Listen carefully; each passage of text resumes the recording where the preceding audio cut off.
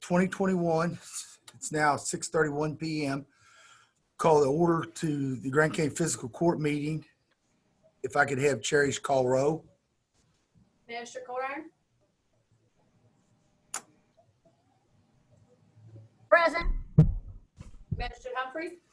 Present. Minister Riley? Present. Judge-Executive Chuck Dills? Present. Before we go any further, I want to make a correction on the agenda. In the appointments, I have appointed Jamie Baker to the Ethics Commission Board. Jamie was grateful to fill in since we were having troubles finding someone after Magistrate Humphrey had contacted 2 or 3 different people and was able to find someone. But I'd spoke to David Rose, and he was gracious enough to serve on the board. So I want to make that correction from Jamie Baker to David Rose when we get to that appointment. So with that being said, we'll go ahead and ask for approval of the minutes. I present for a motion to approve the minutes of the special meeting dated December 18th, 2020.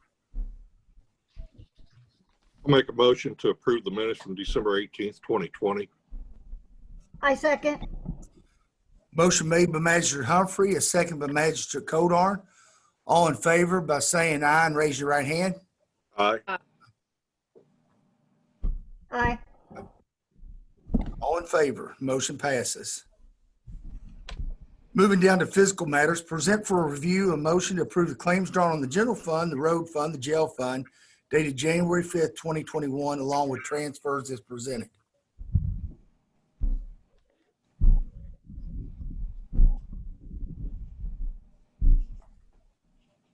I make a motion this evening to approve the claims presented against the jail fund, road fund, and general fund, along with the requested transfers dated January 5th. Second the motion. Motion made by Magistrate Riley, a second by Magistrate Humphrey. All in favor by saying aye and raise your right hand. Aye. Aye. All in favor, motion carries. Item number 2 is present for the County Treasurer's cash position report for December 2020, along with the quarterly cash position report for October 2020 through December 2020. This review only, no actions required.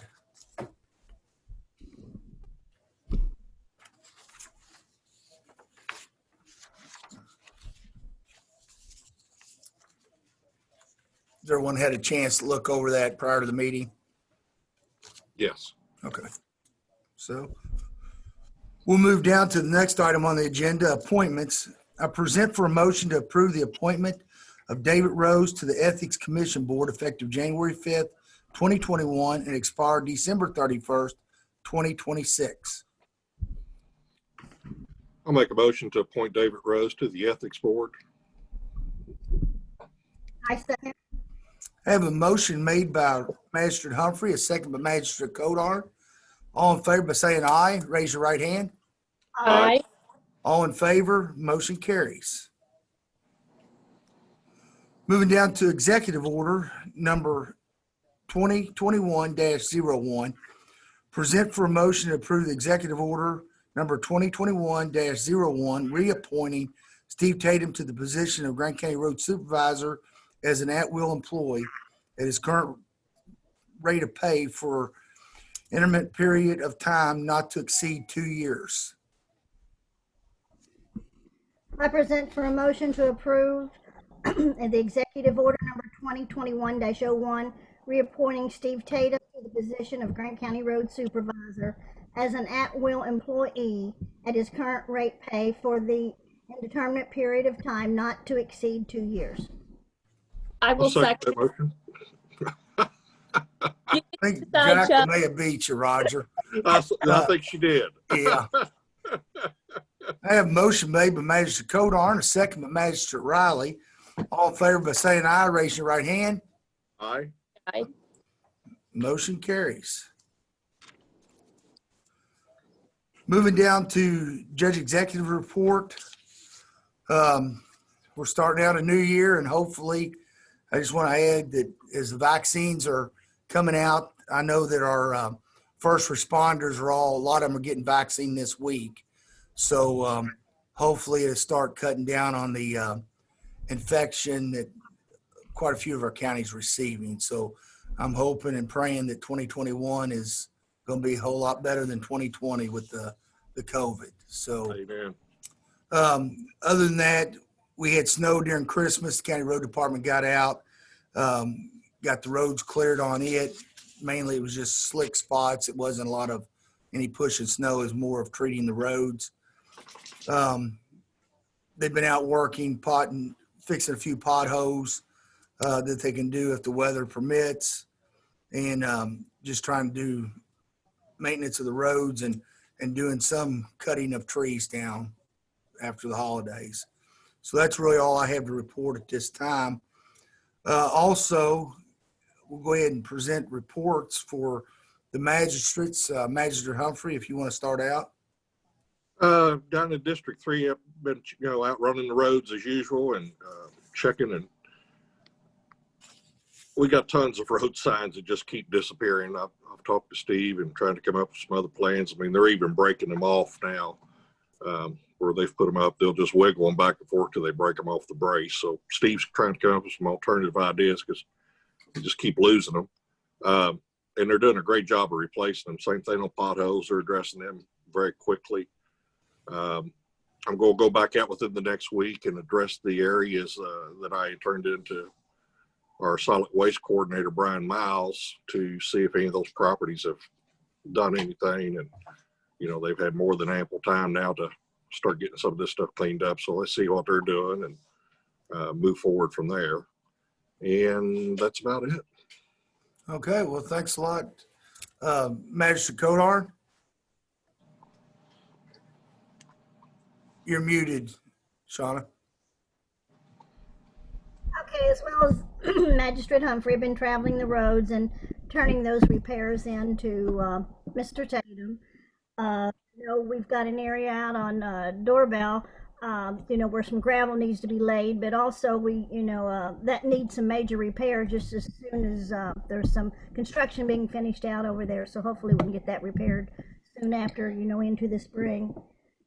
As Roger said, still a phenomenal amount of road signs. It seems up, they disappear. And then I reported those to Mr. Tatum also.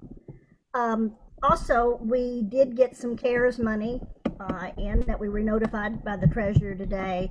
I just wanted to ask Judge Dills, does all that go into the general fund, or does that get splitted between some of the jail fund and sheriff fund, or do you know for sure? Yeah, part of it will go into the jail fund that was reimbursed for the contract through the medical, and the other will go straight to the general fund.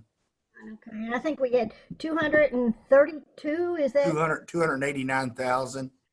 Okay. All right, 289,000 that come in off of the CARES Act. So I think we've been real fortunate to recoup that money, where we lost it due to lack of inmates and that sort of thing. So glad to get that. That's all. Okay, Magistrate Riley.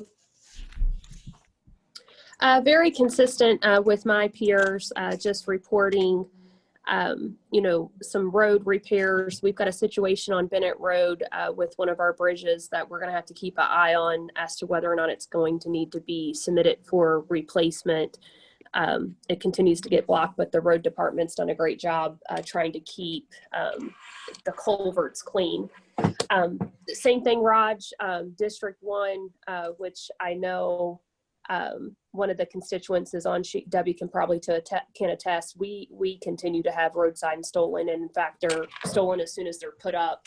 And within around your area, Debbie, whether it's mostly out 36 way, honestly, heading towards Berry is where I see the biggest amount of signs we're missing. In addition to that, I had a lengthy conversation today with the solid waste coordinator as I have my fair share of non-compliance with county ordinances pertaining to the aesthetics and the cleanliness, if you will, of properties. And Roger, an update I could share with you, I know that there was some discussion that took place before the holidays, and we have probably what is it, 2 or 3 pages, an Excel list of properties. So what he is now doing, and he started on the south end of the county, and he will be making his way through with reassessing every property on that Excel list that all 4 of us have been adding to, because we're now at a point where Mr. Bates has said, yes, we could start working some of these back through, turning them over to him if Mr. Miles isn't able to make progress.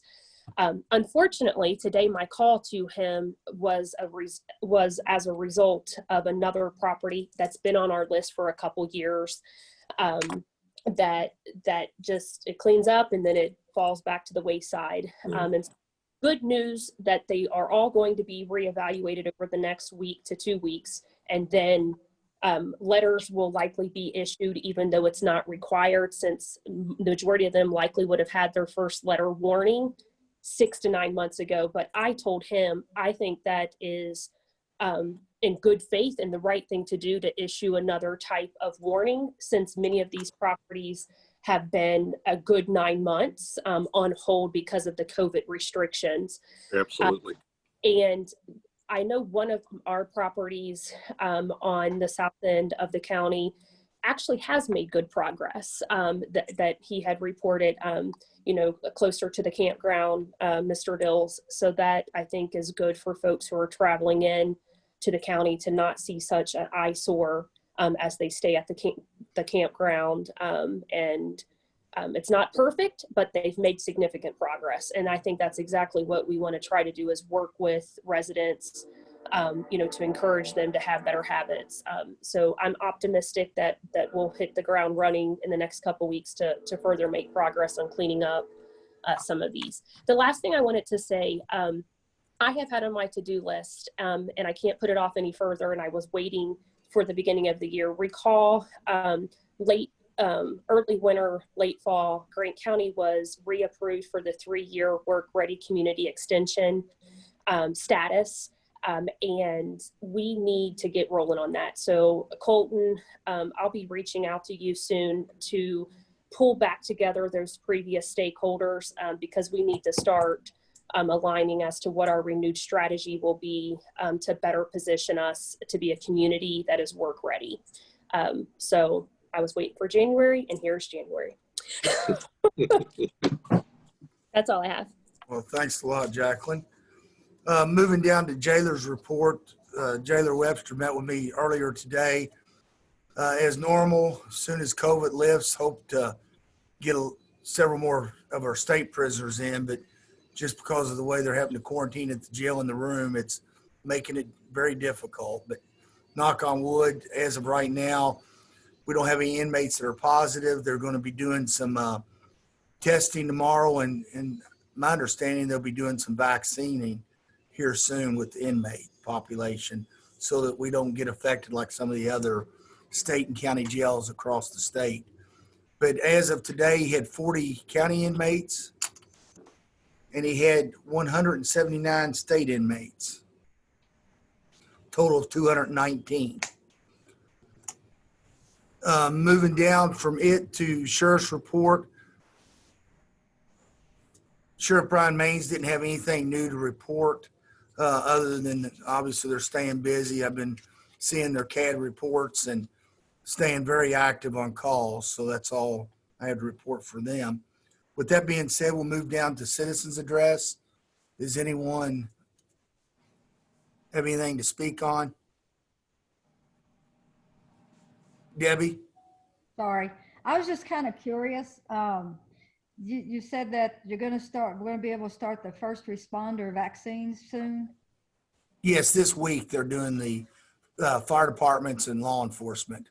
Okay, I was wondering because are you guys following the tiered recommendation that the state and feds have, or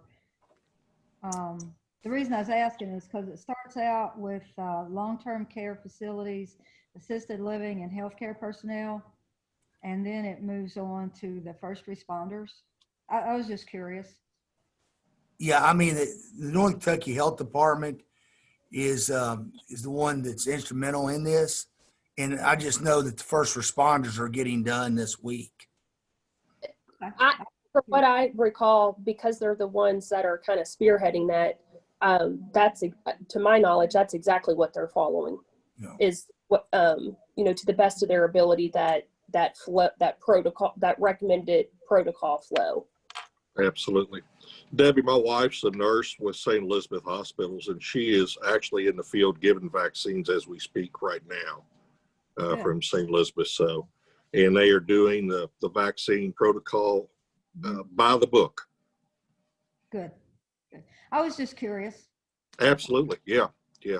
It's something you don't see a lot on, you don't see them out giving the vaccines and stuff like that, but we're hearing about it, and then we did this yesterday. Okay. Well, now we know. So yeah, that's what's going on there. And I can attest to that. Just the amount of folks I know that I'm friends with on social media in the local medical field, they're flashing their badge and showing their Band-Aid. Yeah. So folks are definitely getting it. Yeah. Are you guys going to be getting it?